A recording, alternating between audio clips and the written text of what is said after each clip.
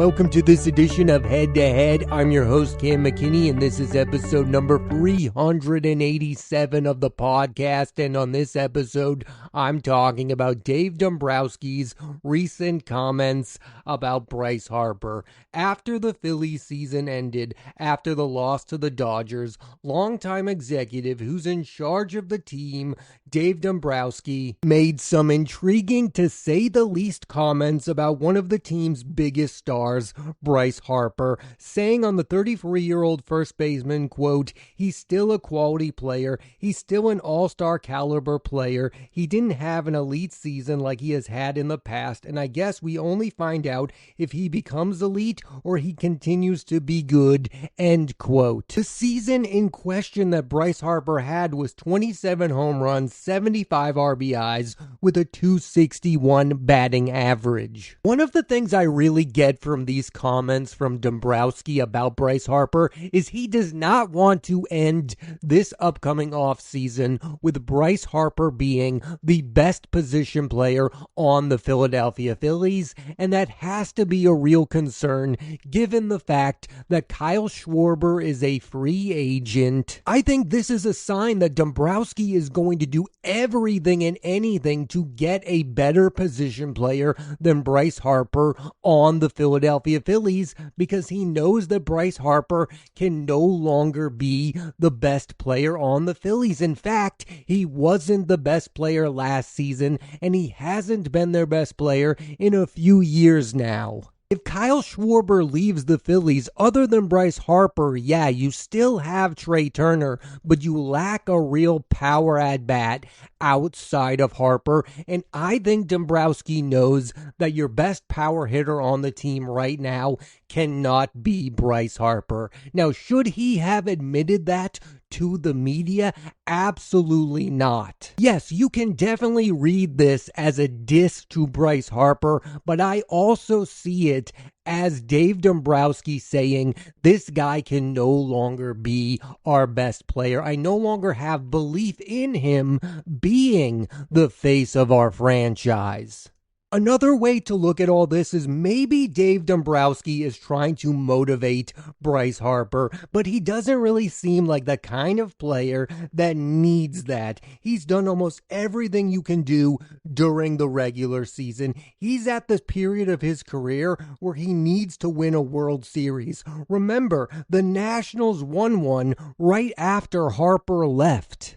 You can look at this as a bold move from Dombrowski, being somewhat critical of a major star, but it's also like, this is what happens with these long-term deals. Bryce Harper, at least, I don't think, is going to win an MVP ever again, and stats-wise, he hasn't driven in 100 runs in a year since 2019. He's also no longer an outfielder, which has diminished his value in certain ways, and he misses time every year due to injuries, and as the years go by, that usually doesn't get any better. Dombrowski is more than justified in some of his concerns about the future of Bryce Harper. He just shouldn't have said any of it out loud for all of us to hear. Bryce Harper has responded to Dombrowski's comments, telling Matt Gelb of The Athletic, quote, "All players get hurt.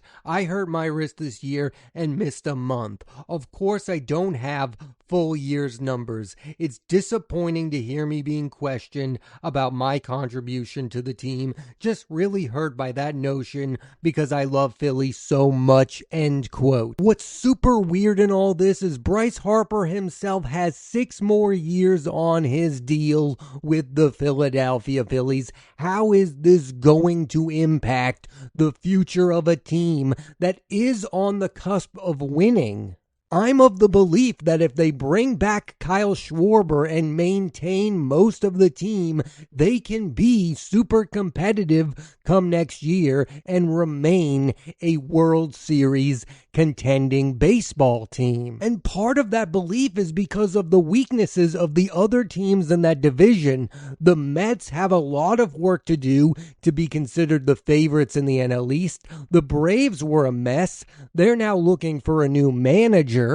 The Phillies should still be the favorite to win the NL East at the beginning of next season.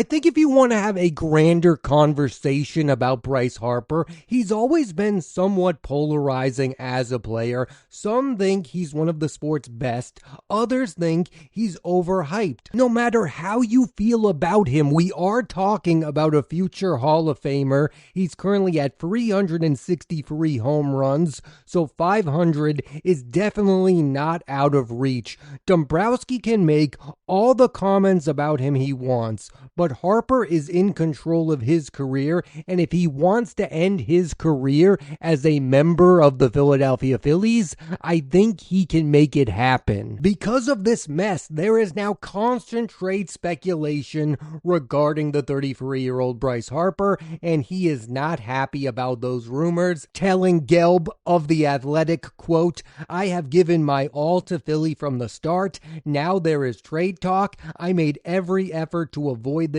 It's all I heard in DC. I hated it. It makes me feel uncomfortable." And I get what Bryce Harper is saying there. I mean, he took a 13-year contract with the Philadelphia Phillies because he wanted it all to be about what is happening on the field. Well, in some sense, it is about what's happening on the field, because Dave Dombrowski is saying, basically, you're not the Bryce Harper you used to be, and I don't know if you're ever going to be him again. I don't know if this is a situation where I should be blaming Dave Dombrowski or the majority of the blame should go to the media. But I fully understand where Bryce Harper is coming from. He took a 13-year deal because he wanted stability and he wanted to have complete control of the narrative surrounding his career. And even with that, the narrative is now completely out of control. Even if he remains in Philadelphia, this will be a story for a few months at least. And make no mistake, the actual story here is that the future of the Phillies is up in the air. Some pundits believe they should go all in on bringing back their veteran-laden roster, while others believe they should get younger. And I remember when the Phillies, once upon a time, kept a bunch of veteran players.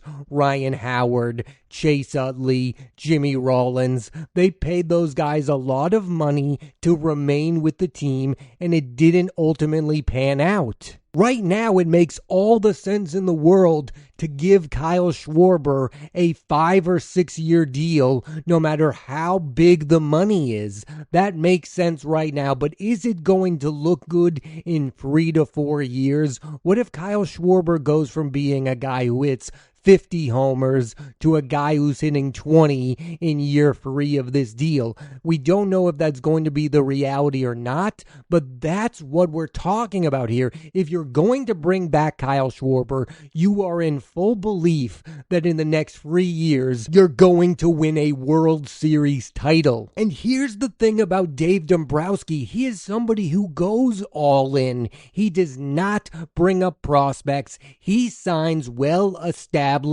superstars. So I fully expect him to not only keep Kyle Schwarber, but also be in on guys like Alex Bregman, because Dombrowski wants to win right now. But now one of the questions is what impact at all these comments will have about the Phillies offseason. What do the current teammates of Bryce Harper feel about these comments? What does Kyle Schwarber feel about these comments? And let's be honest, if you're a big-time free agent, are you going to want to go to Philadelphia, where there's the possibility of your boss, the general manager of the team, publicly calling you out at season's end? Again, maybe it's a bit harsh to say that Dombrowski was calling Bryce Harper out, but that's how most people have interpreted these comments. One of the reasons that this has become a big news story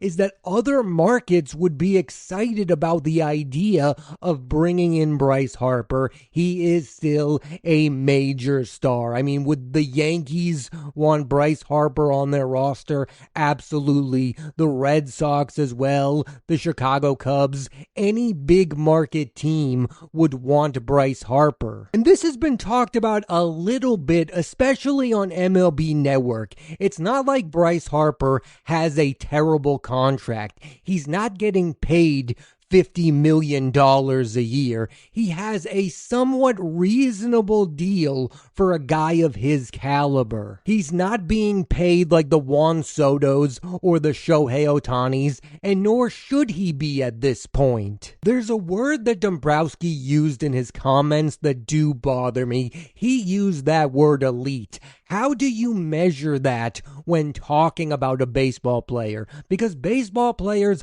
are not as consistent as other athletes. This is a sport where your career has a lot of ups and downs. There are years where Bryce Harper won an MVP. There are other years when he was younger when he wasn't as good. Bryce Harper historically has never been a guy who you can pencil in for 40 homers, 100 RBIs a year. But then again, most people outside of, say, Aaron Judge are not that either. Compared to the other players in the sport, I still view Bryce Harper as one of those guys I want up in the at-bat in the biggest moment of a game. That's how I feel about Bryce Harper. He's still got it during the big moments. He's a player I believe in. Maybe come season's end, he's not going to be an MVP candidate. He might not even make the All-Star game. But he is still somebody I want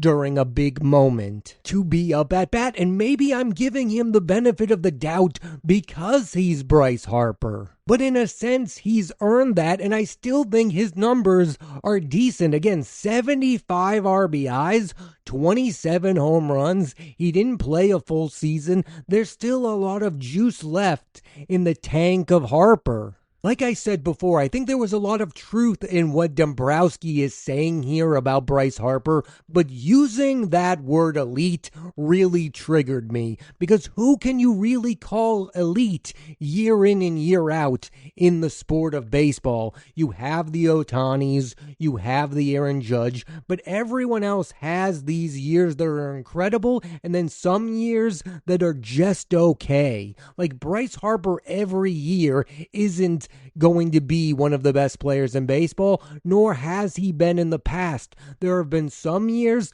that are far better than others, and that trend will likely continue. And this all comes down to one thing. I know that Dombrowski was specifically asked about Bryce Harper, but publicly, Dombrowski should only concern himself with the success of the team and not one individual player. He should not be talking about whether or not Bryce Harper is an elite player, especially in a big sports market like Philadelphia. I mean, you know that this story is going to become a big deal because you're talking about a guy who's viewed as one of the major faces of the sport. You don't see any members of the LA Angels questioning whether or not Mike Trout is still an elite player, because they know even if they think he's not, they should never talk about him like that publicly, because you're talking about Mike Trout. And in that same vein, you're talking about Bryce Harper, a guy who is one of the faces of the sport. Logically, what Dombrowski was saying makes a lot of sense. We're going to see if Bryce Harper has some of the best years of his career in his mid to late 30s. But you don't say that like it's some challenge he has to accept, because more than likely, and in this case, absolutely, he's not going to take that well. He wants you on his side. I think that's what Bryce Harper is left wondering. Are the Philadelphia Phillies on my side anymore? I think this is a big deal, and I think this could be the beginning of a really bad offseason for the Philadelphia Phillies, because what happens if Kyle Schwarber goes to another team like the Boston Red Sox, who is willing to give give him the same amount of money, but he views them as a better opportunity. I think we have reached a moment where the Philadelphia Phillies need Kyle Schwarber more than Kyle Schwarber needs the Phillies. And you see that in the comments made by Dombrowski, because I do believe this is a guy worried about the fact that his best positional player may be a guy at 33 years old who misses a lot of time during the regular season. At the end of the day, I believe that Bryce Harper is going to be a member of the Philadelphia Phillies for as long as he wants to be a member of the Philadelphia Phillies. I now think what we're talking about is the offseason to come is going to say a lot about where the Phillies end up next year, because if they lose Schwarber, I think they could be in a more than dire situation. And when it comes to Bryce Harper, this is only going to get more and more awkward as the years go on, because there's a chance that the season statistically gets worse and worse for Harper. I mean, this year he had 27 homers. What if next year he hits 20 with 64 RBIs? Are you going to continue to call him out publicly and say he's not the Bryce Harper he used to be? I just think that's a dangerous path to go down. And again, I fully understand that Dombrowski was asked about Bryce Harper's season, but he shouldn't have said as much as he did. And one of the big reasons is because nobody thinks that the Phillies didn't win at all because Bryce Harper wasn't an elite player. There were other factors as to why the Phillies didn't fully reach their potential, and one of the biggest ones being the fact that Zach Wheeler, their ace, was lost at season's end due to a health issue. Overall, Bryce Harper signing with the Philadelphia Phillies has panned out. They have been a really good, consistent baseball team. He has put up some really good to great numbers while playing for the organization. They've made a trip to the World Series. They've made the playoffs while he's been there consistently. But now here we are with 6 years left on his contract, and you're now wondering if he's still an elite player or if he still has it in him to be an elite player. That's just not good. And one of the reasons I think it's not good is because it makes it all about Bryce Harper's number. That's all we're going to be thinking about come next year. What if Bryce Harper even falls further than where he's at?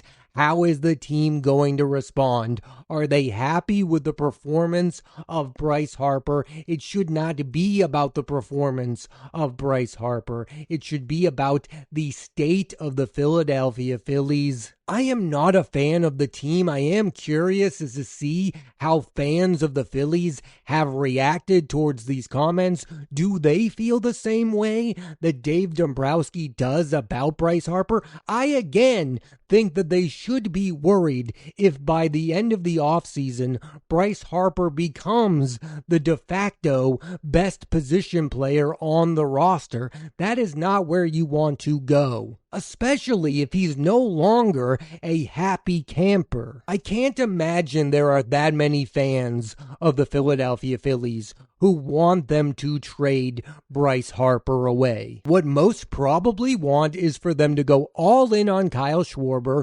reunite him and Harper, and try to make a few more runs at winning a World Series title. I view Dave Dombrowski as one of the best executives in all of baseball. He's one of the big reasons why the team I root for, the Boston Red Sox, won a World Series in 2018, because he went all in, bringing in a guy like Chris Sale, signing David Price. We're talking about a guy who's going to break the bank to keep whatever player he wants to keep, which is what I think will end up happening with Kyle Schwarber. But now he has to worry about his relationship with Bryce Harper moving forward. All, of course, would be forgiven if the Philadelphia Phillies end up being one of the best teams in baseball next season, but there's a long ways to go before any of that can happen. It's going to be a busy offseason for Dave Dombrowski, Bryce Harper, and the Philadelphia Phillies. And finally, as for Bryce Harper, the player, I believe he has a few more elite seasons left in him. I just don't think this season was the year to start questioning what Bryce Harper has left in the tank. I mean, come on. The guy's going to be on your roster for the next 6 years. If you have a problem with 27 homers at 33 years old, how are you going to feel when Harper's still on the team at 37 years old? Thanks for listening to this edition of Head to Head. I'm Cam McKinney, and there'll be a new episode of the podcast every Monday on Apple Podcasts and Spotify, so please rate, review, and subscribe.